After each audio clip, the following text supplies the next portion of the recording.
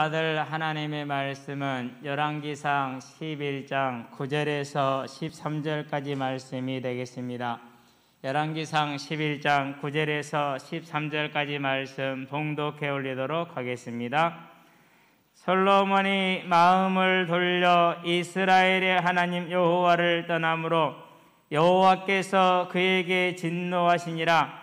여호와께서 일찍이 2번이나 그에게 나타나시고 이 일에 대하여 명령하사 다른 신을 따르지 말라 하셨으나 그가 여호와의 명령을 지키지 않았으므로 여호와께서 솔로몬에게 말씀하시되 내게 이러한 일이 있었고 또 내가 내 언약과 내가 내게 명령한 법도를 지키지 아니하였으니 내가 반드시 이 나라를 내게서 빼앗아 내 신하에게 주리라. 그러나 내 아버지 다윗을 위하여 내 세대에는 이 일을 행하지 아니하고 내 아들의 손에서 빼앗으려니와 오직 내가 이 나라를 다 빼앗지 아니하고 내 종 다윗과 내가 택한 예루살렘을 위하여 한 지파를 네 아들에게 주리라 하셨더라. 아멘. 네, 저와 여러분의 삶이 그리스도의 빛이 되기를 원합니다. 오늘은 이제 징계받는 솔로몬이다 이런 이제 말씀을 가지고 보도록 하겠습니다. 사람은 누구나 다 편향되어져 있고 굽어져 있죠. 그래서 9.11 때 미국에서 2 빌딩이 무너지면서 3,000명, 4,000명 가까운 사람이 사망을 했지만 우리는 그냥 놀랐을 뿐이지 아무도 그 일에 뭐 슬프거나 고통스럽거나 그러지 않았죠. 하나의 예를 들어보면은 그렇다라는 것이죠. 우리가 또 흔히 또 가십거리로 말하는 많은 이야기들, 또 뭐 정치인들의 이야기를 다 볼 때마다 그런갑다 그러지 내일이 아니기 때문에 뭐 거기에 대해서 크게 어려움을 느끼거나 고통을 느끼거나 뭐 그러지는 않죠. 근데 하나님은 언제나 그렇지 않습니다. 공의로운 하나님이십니다. 그래서 정의롭다, 공의로운 하나님이다 이렇게 이제 우리가 알고 있죠. 모든 것을 이제 다스리시는 그 하나님은 그렇게 이제 세상을 향해서 공의롭기 때문에 그분의 심판은 뭐라고 그럽니까? 공의롭다라고 얘기하죠. 그 하나님의 공의로움이 가장 잘 드러나게 뭡니까? 예수님의 십자가 대속의 죽음입니다. 하나님의 공의를 위해서 그 공의의 만족을 위해서 저와 여러분을 구원해야 하기 때문에 하나님의 공의를 채울 그 대가를 지불하기 위해서 친히 하나님이 자신을 십자가에 달려 죽으심으로 그 공의를 충족시키시는 것이죠. 자, 이런 공의로운 하나님께서 편향된 부분이 계셔요. 어디서 그러느냐?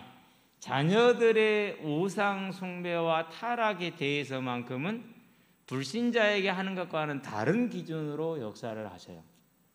그래서 자녀의 우상 숭배와 타락에 대해서만은 아주 강한 징계와 진노를 드러내시죠.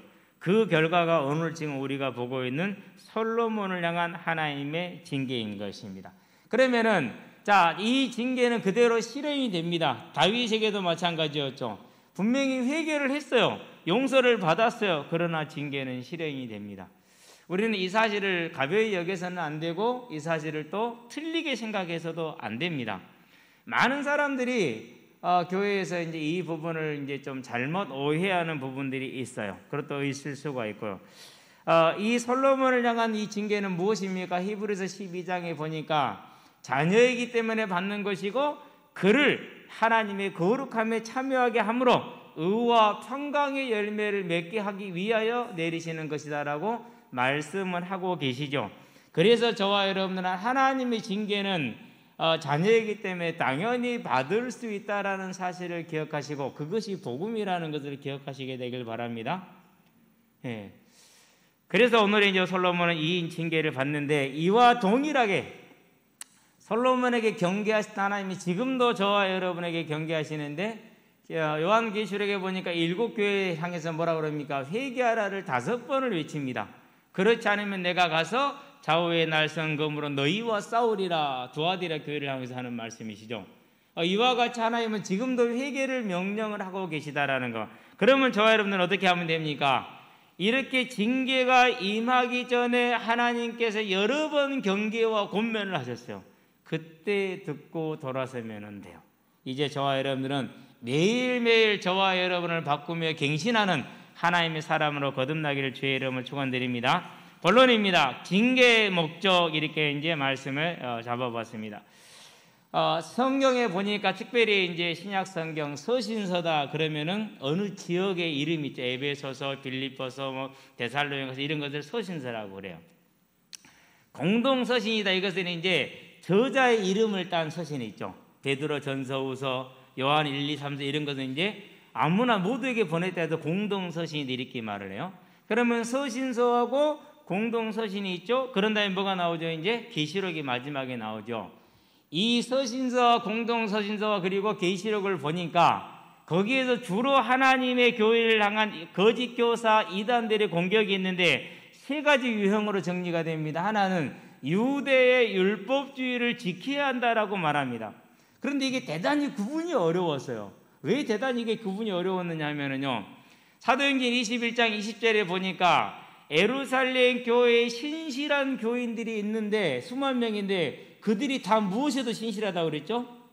율법에도 신실하여서 하는 사람들이라서 네가 할례를 금하고 모세를 배반하고 그런 다음에 뭐랍니까? 이제 우리의 관습을 지키지 말라 하는 말을 이 사람들이 들었다. 그러니까 네가 이렇게 절기를 통해서 의식을 행함으로 그런 사람이 아니라는 걸 보여줘라 이렇게 얘기를 합니다. 그러니까 일반 성도들도 유대의 그런 기준을 떠났어요? 안 떠났어요?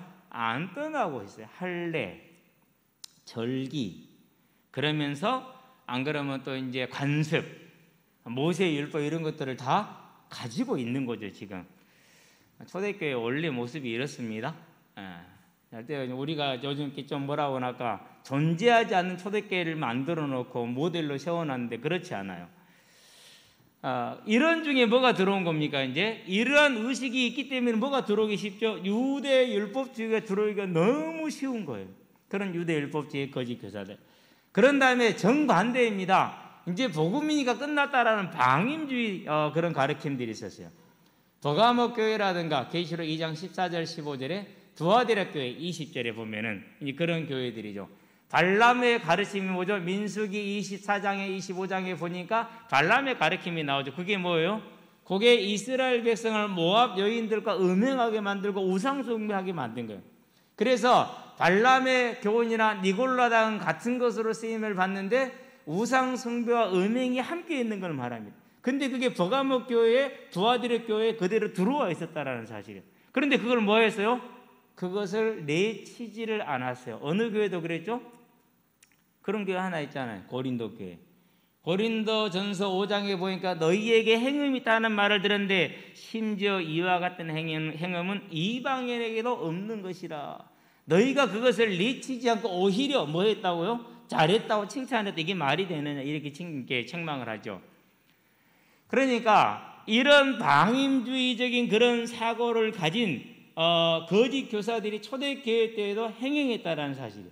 그래서 고린도 교회라든가 버가모 교회라든가 두아디라 같은 교회에서는 음행이 있었고 음행이 때로는 장려될 정도까지도 문제 삼지 않았어요. 복음이라는 이유로, 복음이라는 말로 문제 삼지 않을 정도였어요. 그런데 예수님이 뭐라 하세요? 내가 좌우의 날성검으로 최고의 심판을 말합니다. 너희와 싸우되 그러면 그 좌우의 날성검을 말하죠? 성령의 능력, 성령의 그 말씀을 말하는. 그러니까 뭘 떠나 있는 겁니까? 말씀 곧 하나님을 떠나 있다라는 것을 얘기를 하는 것이죠. 자, 이런 거짓 교사들이 초대교회에 됐어요. 또 하나는 뭐가 있었느냐? 거짓 복음. 예수님은 하나님이 아니다. 예수님은 아들이고 하나님은 하나님이다. 이렇게 나누는 그런 식의 이제 거짓 복음들이 상당히 어렵죠. 안 그러면 영지주의, 특별한 지식을 아는 자만 구원을 받을 수 있다. 예수를 믿어서가 아니라 이런 식의 가르침. 그러니 이제 세 가지 정도로 크게 분류를 해볼 수 있는데 오늘 이제 우리가 본문에 보는 것과 연결된 것은 방임주의적인 거짓 교사들의 그런 모습이겠죠. 이런 모습을 이제 우리가 볼 수가 있습니다. 자, 그러면은 그때나 지금이나 여전히 이런 문제는 솔로몬의 때나 지금이나 여전히 있다라는 사실을 저와 여러분들이 알고 있고 보고 있어야 된다는 것입니다. 자, 그러면 솔로몬이 처음부터 이런 우상 숭배와 음행에 빠져들었느냐? 그렇지 않습니다. 처음에는 무척 잘했었죠. 그런데 그 잘했는데 그 시작 때도 열심히 하고 참 충성되게 하는데 그때에도 이 씨앗은 여전히 있었다라는 것을 저와 여러분의 말씀을 통해서 볼 수 있는데요. 예수님은 이런 특별히 음행에 대해서 마태복음 5장 28절에 뭐라고 말씀하시죠? 너희는 율법에 간음하지 말라는 말을 들었거니와 나는 너희에게 다시 말하노니 여자를 보고 음행을 품는 자는 이미 간음하였느니라 그렇게 얘기를 했어요. 뭘 말하죠? 우리의 수준으로서는 여전히 절대로 뭘 피할 수 없어요? 이 죄를 피할 수가 없어요. 사람의 수준으로는. 그래서 지금도 이 문제는 뭐 하고 있다라는 거죠? 여전히 문제가 되고 있는 것이죠.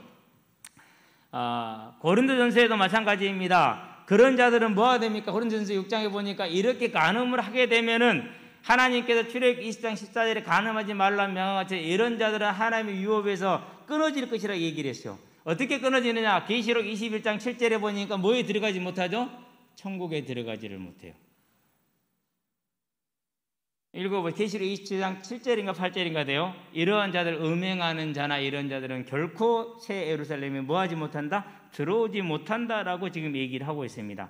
그래서 솔로몬의 때나 초대교회 때나 지금이나 동일하게 이 음행의 문제는 하나님이 크게 중요시 여기는 문제요, 우상숭배와 동일시 여기는 문제라는 것을 저와 여러분들은 알고 보면서 솔로몬이 받는 징계를 통해, 솔로몬의 그 타락을 통해 이것이 그만의 문제가 아니고 우리들의 문제라는 사실을 볼 수 있게 되길 바랍니다. 자, 다윗 왕도 이런 죄를 범했죠. 어떻게 범합니까? 한가했어요. 배가 부른 거죠. 그러니까 왕들이 전쟁할 때라고 그랬죠. 당연히 뭐 해야 되죠? 다윗도 출정을 해야 돼요. 출정을 안 했어요. 그러고 남으니까 할 일이 없단 말이죠. 그러니까 할 일 없는 시간에, 남는 시간에 하는 일이 뭐예요? 이제 이런 이상한 일을 한 거죠. 그래서 하나님이 그를 징계를 하십니다. 자, 하나님이 그를 징계하시기 전에 뭐부터 하십니까? 용서부터 하시죠. 다윗이 나단 선지자 앞에서 내가 여호와께 죄를 범하였노라. 나단 선지자 말하죠. 여호와께서도 왕의 죄를 용서하셨습니다. 그러나 원수가 크게 회방거리를 얻었나이다. 이 아이가 반드시 죽을 것입니다. 라고 얘기하죠. 그러면은 그 아이가 낳은 지 7일 만에 죽죠. 그걸로 끝납니까? 아니에요. 뭐가 일어나죠? 이제 압살롬이 아들이 반역을 일으켜서 아버지가 궁을 지키러 남겨둔 첩들을 이스라엘 백성이 보는 데서 자기 것으로 취하죠. 내가 이제 왕이 되었다라는 의식을 행한 거죠. 그러니까 하나님이 명령한 대로 너는 은밀히 행할 거냐, 나는 대낮에 백주에 행할 것이다 라고 말씀한 징계가 이루어지고 있죠. 그 이후로는 세바의 반란이 일어나죠. 그 이후로는 뭐가 일어나죠? 그런 일로 말미암아서 인구 조사를 하게 되고 그로 인해서 7만 명이 넘는 사람이 죽죠. 자, 이렇게 하나님의 징계가 용서는 하였지만 가열차게 임합니다. 왜 그렇습니까? 다윗이 나중에 뭐라고 고백하죠? 인구조사하고는 7만 명이 죽어나갈 때 그때 하는 고백이 아주 고통스러운 고백을 합니다. 하나님, 죄는 제가 지었는데 이 백성이 무엇을 한 것이 있어서 이처럼 이 백성을 징계하시나이까? 라고 하나님 앞에 토로합니다. 울부짖습니다. 그럴 때 하나님께서 뭐 하시죠? 이제 그 다윗이 온전히 통회하는 심령, 통회 자복하는 심령이 회복된 걸 봐요. 그러고 징계를 멈추죠. 그러면서 그때부터 은혜를 주기 시작합니다. 무슨 은혜를 주죠? 그가 드린 제사 드리기 위해서 산 그 땅이 뭐가 되죠? 성전의 터가 되고, 그에게 성전을 짓고자 할 때 뭘 주시죠? 다윗의 언약을 주시고, 그러고 뭘 줍니까? 솔로몬을 주시죠. 여디디아라는. 그러니까 다윗을 그렇게 용서하셨으면 징계를 크게 받게 하셔서 결국 히브리서 12장 1절에서 13절에 있는 것처럼 뭘 회복시킵니까? 그의 거룩함을, 그를 회복시켜서 하나님의 거룩함에 참여하게 하고 의와 평강의 열매를 맺게 하죠. 솔로몬도 마찬가지. 솔로몬도 징계를 하십니다. 그냥 하시느냐? 그렇지 않습니다. 자, 솔로몬이 1,000번제를 드렸어요. 그런데 3장 14절에 보니까 솔로몬이 구하는 걸 다 주셨는데 뭘 말하죠? 네가 만일 이렇게 명령을 지키면 너에게 장수의 복을 주겠다 그랬거든요. 그러니까 앞으로 계속 지키면 그런다라는 의미가 크기는 해요. 그런데 오늘 본문에 보니까 이미 그때 솔로몬에게 뭐가 있었어요? 이 우상의 씨앗이 문제가 발생이 됐어요. 한번 볼까요? 자, 9절 봅니다. 솔로몬이 마음을 돌려 이스라엘의 하나님 여호와를 떠남으로 여호와께서 그에게 진노하시니라. 여호와께서 일찍이 두 번이나 그에게 나타나시고 이 일에 대하여 명령하사 그랬어요. 무슨 일이요? 우상 숭배에 대해서 명령을 한 거예요, 직접. 그러면 그 두 번이 뭡니까?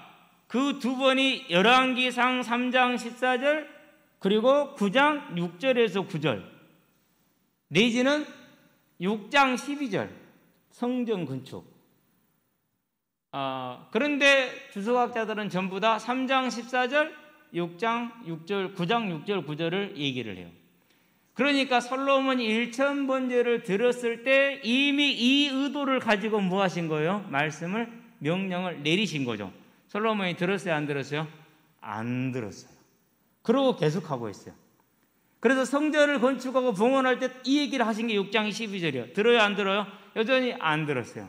그리고 24년이 지난 왕궁을 건설하고 건축하고 이제 하나님 앞에서 이제 섰을 때 하나님이 다시 말씀하셨어요. 9장 1절에서 9절까지. 들었어요, 안 들었어요?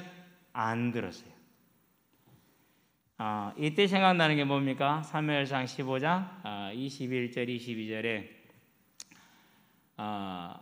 완악한 것은 우상 숭배하는 죄와 같고 거역한 것은 점치는 죄와 같다라는 사울을 책망하는 사무엘의 그 음성이 생각이 나죠.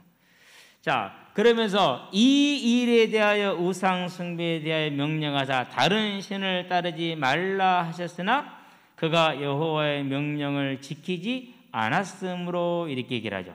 11절을 볼까요? 여호와께서 솔로몬에게 말씀하시되 네가 이러한 일이 있었고 우상 숭배를 말합니다. 또 말합니다.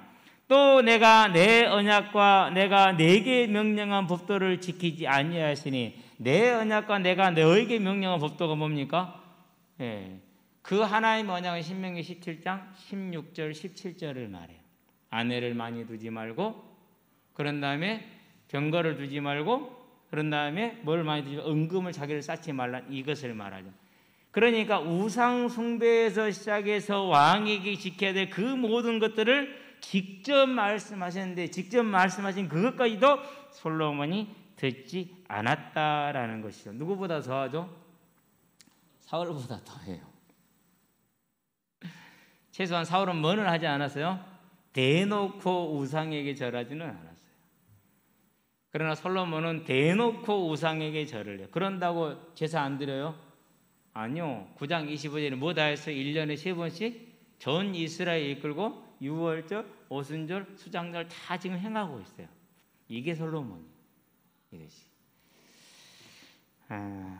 그래서 이제 이 완고함이 하나님의 징계를 불러오게 되죠. 왜 징계를 불러온다고요? 그가 사랑받은 하나님의 자녀이니까. 솔로몬은 어떤 사랑을 받았습니까? 특별한 사랑을 받았죠. 태어날 때 여디디야 내가 사랑하는 자다. 그런 특별한 사랑을 입었어요.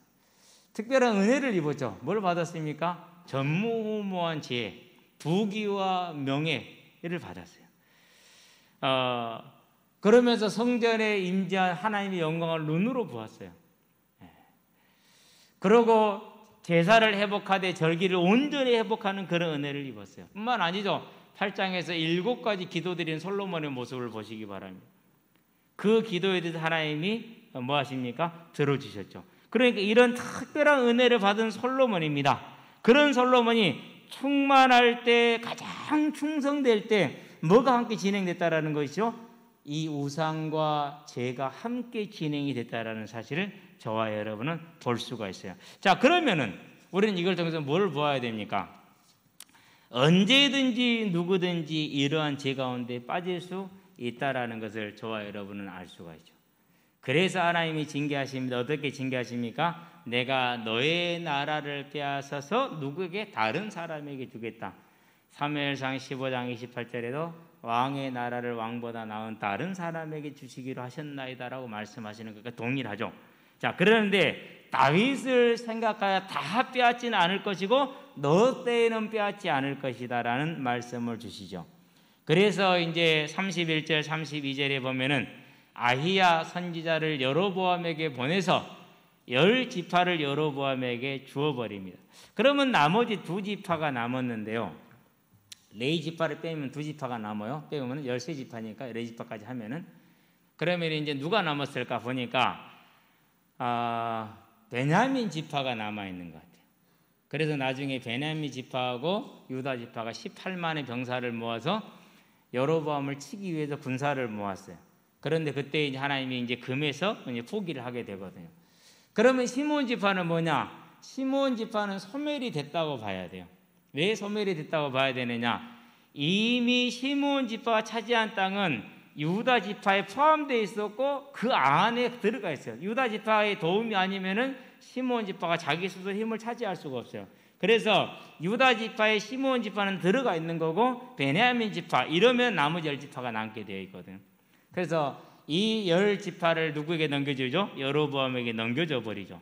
자, 이런 이제 징계를 솔로몬이 통고를 받았어요.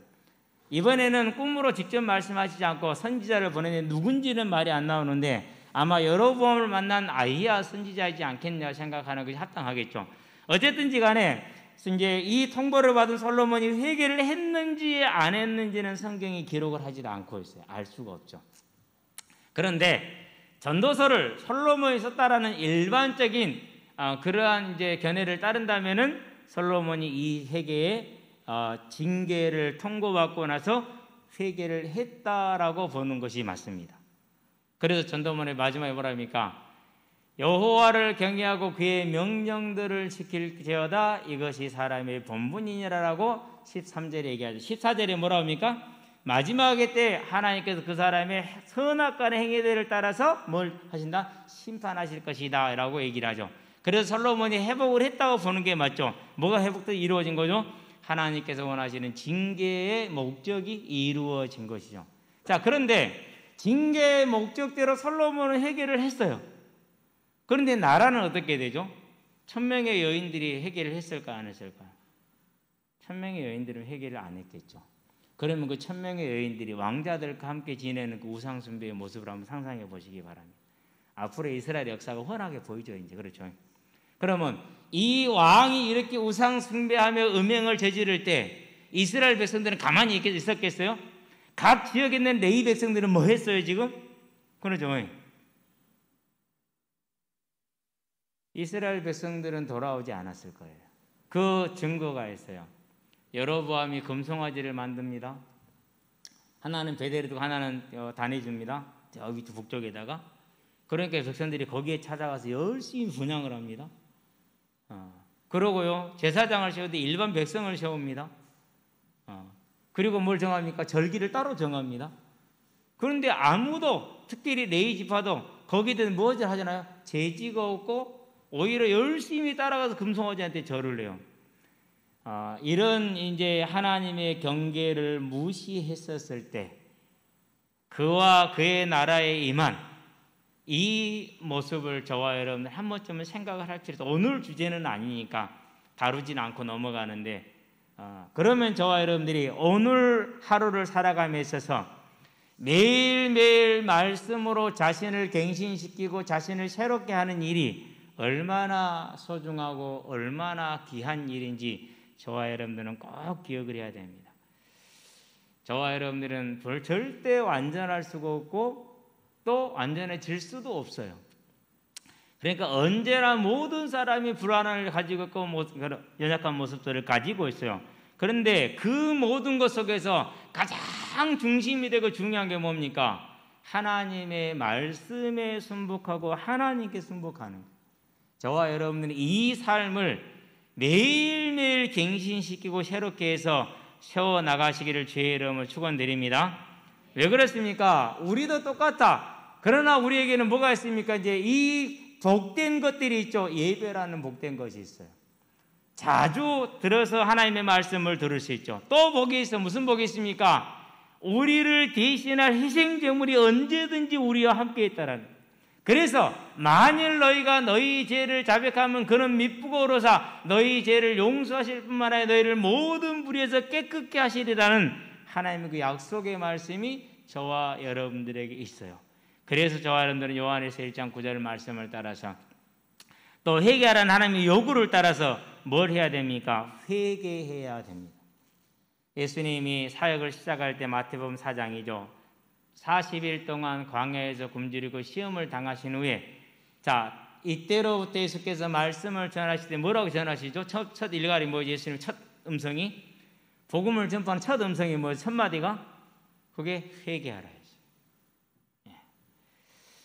그리고 나서 예수님께서 보좌에 앉으셨습니다. 마가복음 16장 19절에 보니까 하나님 우편 보좌에 앉으시니라 그랬어요. 계시록 5장 7절에 보니까 앉아서 예수 하나님으로부터 그 오른손에 두루마기를 넘겨받으셨어요. 그리고 지금 이 세상을 통치하고 계시죠. 그 통치하신 예수님께서 에베소 교회에 뭐라고 말하죠? 회개하라. 그렇지 아니하면 촛대를 너에게서 옮기시겠다 이렇게 얘기를 해요. 구약의 성전에서 촛대는 하나였어요. 이스라엘 백성은 하나니까. 그렇죠? 그러나 신약의 계시록에서는 촛대가 7개예요. 총. 왜 7개죠? 모든 열방, 모든 민족을 뜻하기 때문에 7개예요. 그러는데 에베소 교회의 촛대를 옮기시겠다라고 얘기를 했어요. 회개하지 않으면 교회가 소멸되는 것을 말해요. 교회가 소멸되는 것을. 교회의 소멸은 곧 지역의 소멸하고도 마찬가지가 됩니다. 그런데 뭡니까 이제 서만학교회는 넘어가고요. 버가모 교회죠. 버가모 교회에서도 회개하라고 그래요. 그런 다음에 두아디라 교회죠. 두아디라 교회를 향해서도 회개하라고 그래요. 그런 다음에 사대교회죠. 사대교회를 향해서도 회개하라고 그래요. 그런 다음에 빌라델피아 교회 얘기는 칭찬만 들었으니까 넘어가고요. 마지막이 라오디게아 교회죠. 이 교회는 칭찬이 없어. 처음부터 책망만 들어. 뜻든 미지근. 뜻든 미지근하다 해서. 그러면서 에베소 교회, 버가모 교회, 두아디라 교회, 사대교회, 라오디게아 교회 계속해서 뭘 말씀하십니까? 회개하라 이렇게. 회개는 뭘 말합니까? 회개는 잘못된 길을 떠나서 바른 길로 돌아서는 걸 말해요. 요한복음 5장에서 보니까 14절에 베데스다에서 병든 자를 예수님이 고쳐줍니다. 그러면서 그에게 말씀하십니다. 다시는 너에게 질병이 생기지 않도록 죄를 범하지 말라 이렇게 얘기를 합니다. 뭘 명하시는 거죠? 회개를 명하시는 거예요. 다시는 죄를 범하지 말라고 그렇게 말씀하셔요. 가늠한 여인이 현장에서 붙잡혀왔습니다. 돌로 쳐죽이려고 예수를 시험합니다. 그럴 때 예수님께서 이제 바닥에 뭘 쓰니까 다 떠나가고 없습니다. 그럴 때 예수님이 묻습니다.